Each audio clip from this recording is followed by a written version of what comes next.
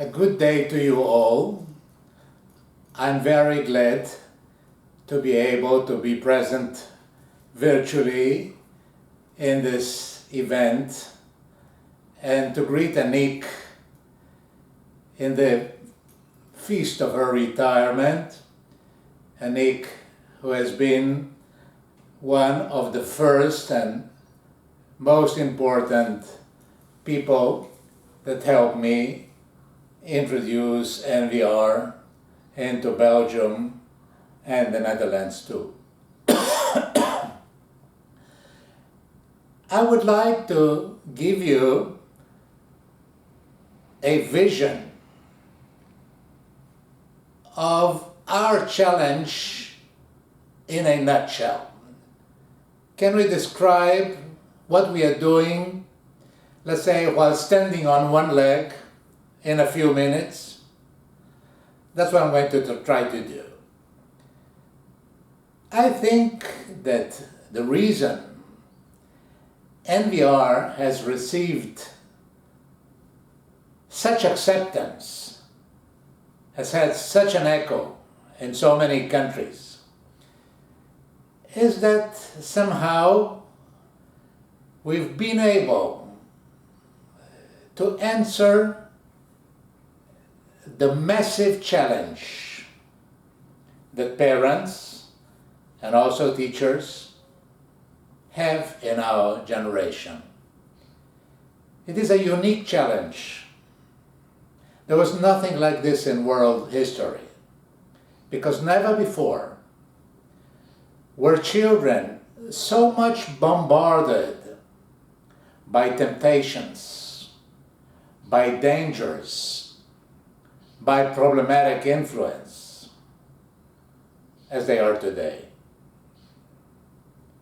Never before were there so much seductions like those of our consumer society, which reach our children literally at every minute of the day and the night.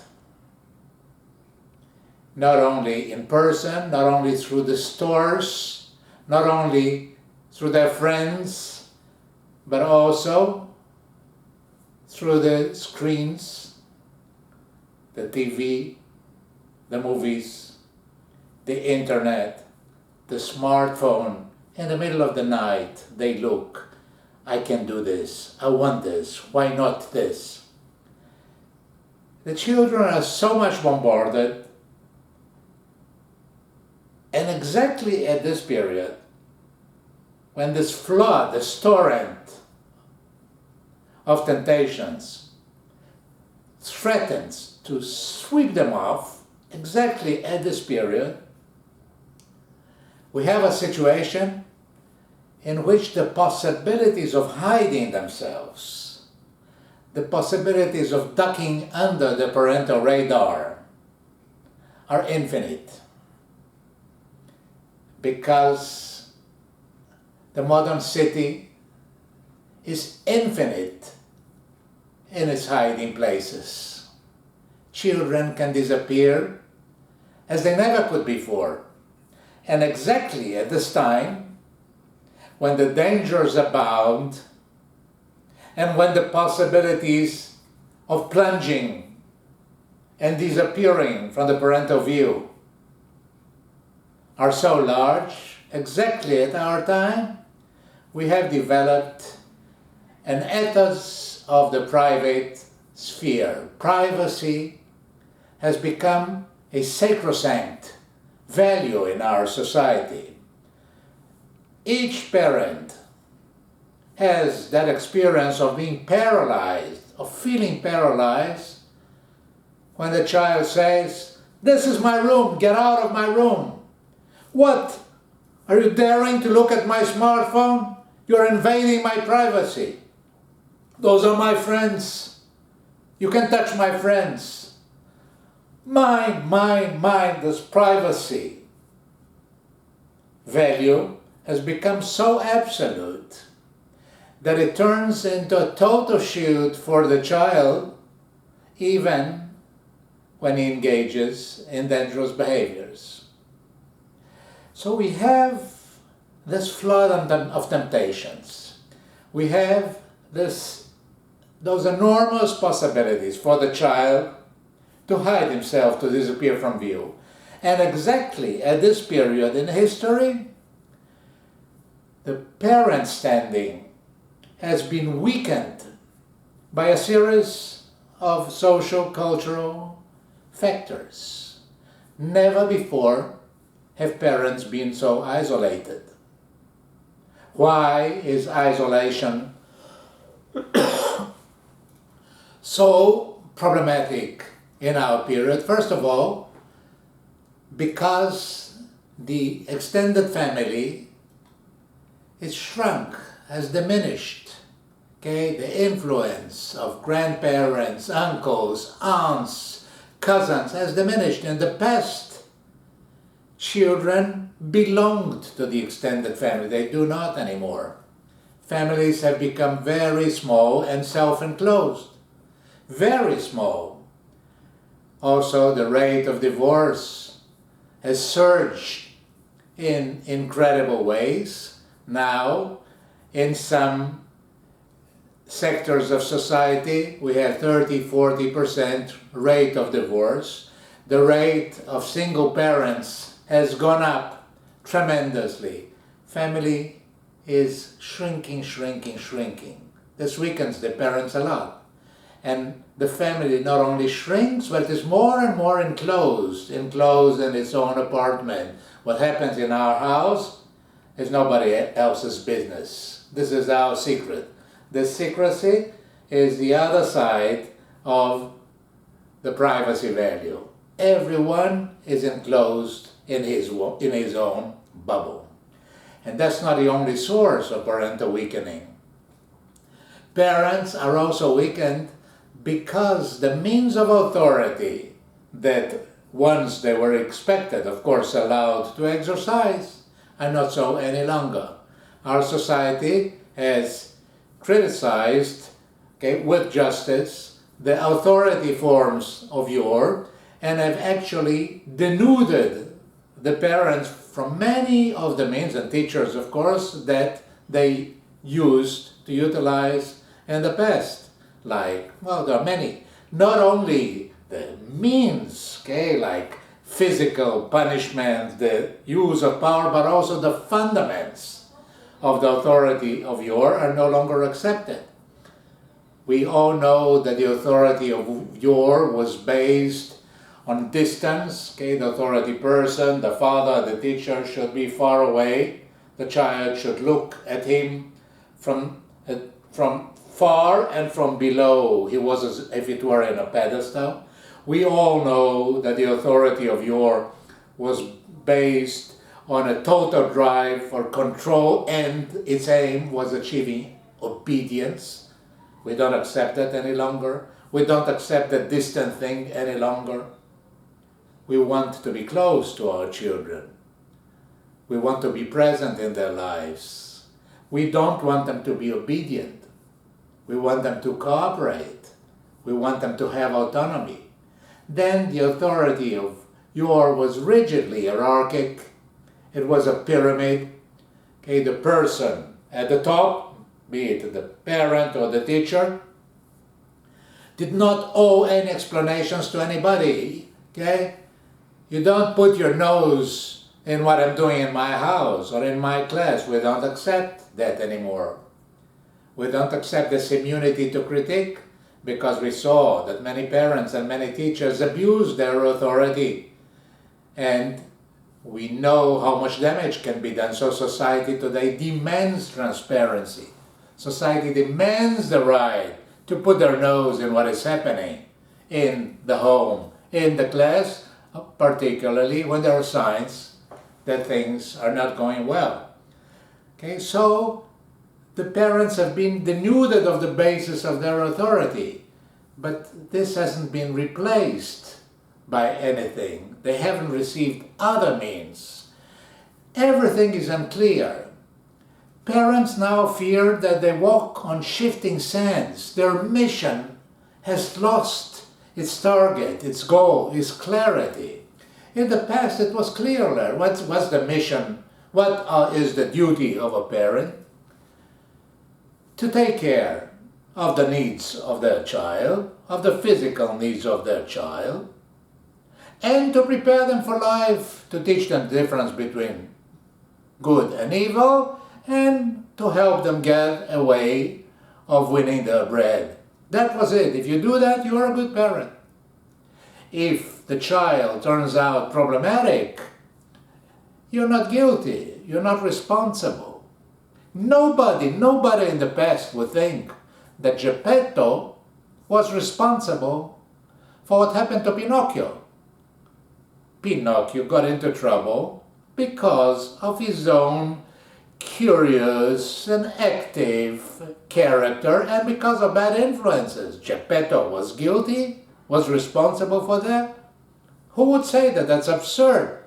Today, we think that today's Geppettos are responsible for things that are happening for their child, but how responsible? Things have become unclear. How can you guarantee that it won't happen? And when they try to do something, they can use the means or the fundaments of their authority. They walk on shifting sands. Unclarity is very difficult to be a parent in such an unclear situation. And that's not all. On top of all that, there is perhaps the major weakening power of today, and that's the internet.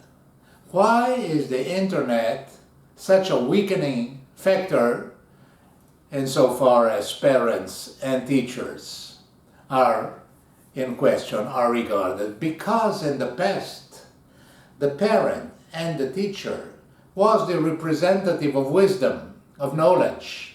They knew what was right. The children didn't know. They had to learn. Today, the repository of wisdom, so-called, and of knowledge is the internet. That means wisdom, so-called, and knowledge are in the child's hands, literally, in his smartphone. Everything makes so difficult. We have lost also our epistemic authority. Okay? We have lost also, we as parents, we as teachers, have lost that place where we know what has to be done. We don't know anymore. There is this little machine that knows much better than us. So, if we take all of this together, I think we're justified in saying that we are facing a challenge of absolute, faithful historical proportions. There was never such, and it's universal. Okay? Everywhere. This challenge is everywhere, wherever we look, in every country, in every place of the world. In Africa, okay, the children go with a little machine in their hands. Okay, so everywhere it is. I think that what we did was to propose an answer to this challenge. I think we didn't know in the beginning that we were answering such a massive challenge. In the beginning, I thought that I was proposing some method for helping the parents of violent and self-destructive children to contain their violence in non-escalating ways. That was the original idea and scope of NVR, nonviolent resistance. I wasn't thinking that big. It took a while. It took years, actually. And part of this understanding of what we are actually doing developed because we witnessed the reaction, we witnessed the echo, we witnessed the response. People were saying, that's what we need. How we do that in this situation, how we do this in this situation. More and more, NVR became a broader model that was also relevant for normal parents, not only for parents with children with a psychiatric diagnosis, but also parents who simply want to fulfill their role in a better way. More and more we saw that we are answering wider and wider kinds of problems and dangers. And little by little we started to understand that we were developing an answer to the massive challenge that I have described. What is the challenge? The flood that sweeps off children from their feet into danger, the flood that weakens the parents. They have no response to that. They have become like dry leaves in the wind, have lost their power altogether, their standing altogether, their voice, their place. What we were doing, we were restoring to the parents not only what once we thought authority. I think we were restoring something deeper. We were giving the parents back their anchoring role, the anchoring function. What we do, little by little, it came to our knowledge, we came to understand that what we are doing, we are helping the parents to regain a position where they can take a stand, where they can say, this is where we are, this is where we stand, this is our duty, and we will fulfill it. We have taken parents out of their isolation, and we have built support groups. We have built support groups for parents. We have built support groups for teachers. We have built support groups in community. We have replaced that ideal of distance by an ideal of presence. We have helped and developed ways in which parents can become present, not in obtrusive ways, not in invasive ways, in legitimate ways in which they can develop vigilant care, be nearby, be close, hold a finger to the pulse, dare to know what is happening to their child, not in intrusive ways, in ways that are justified by the level of danger that the child is being exposed to.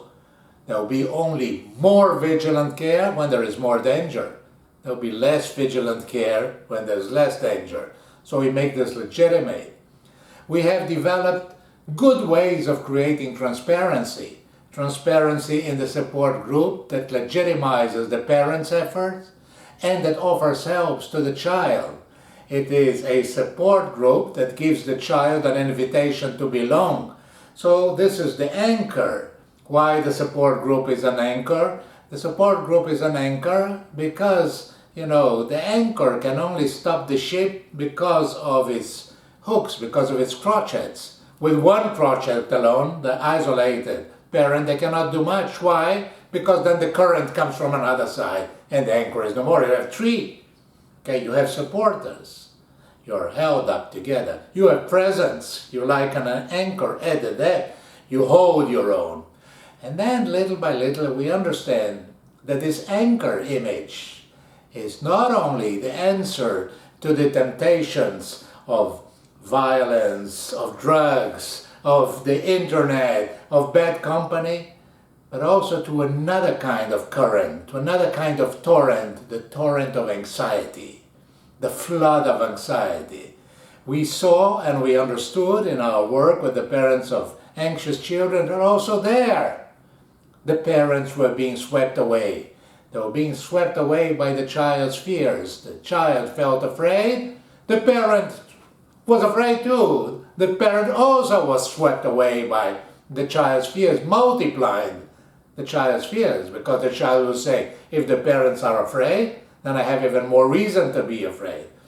And then we saw that the means that we had developed to help stabilize the parents, to help anchor the parents in their role, are also very, very helpful for the parents of anxious children.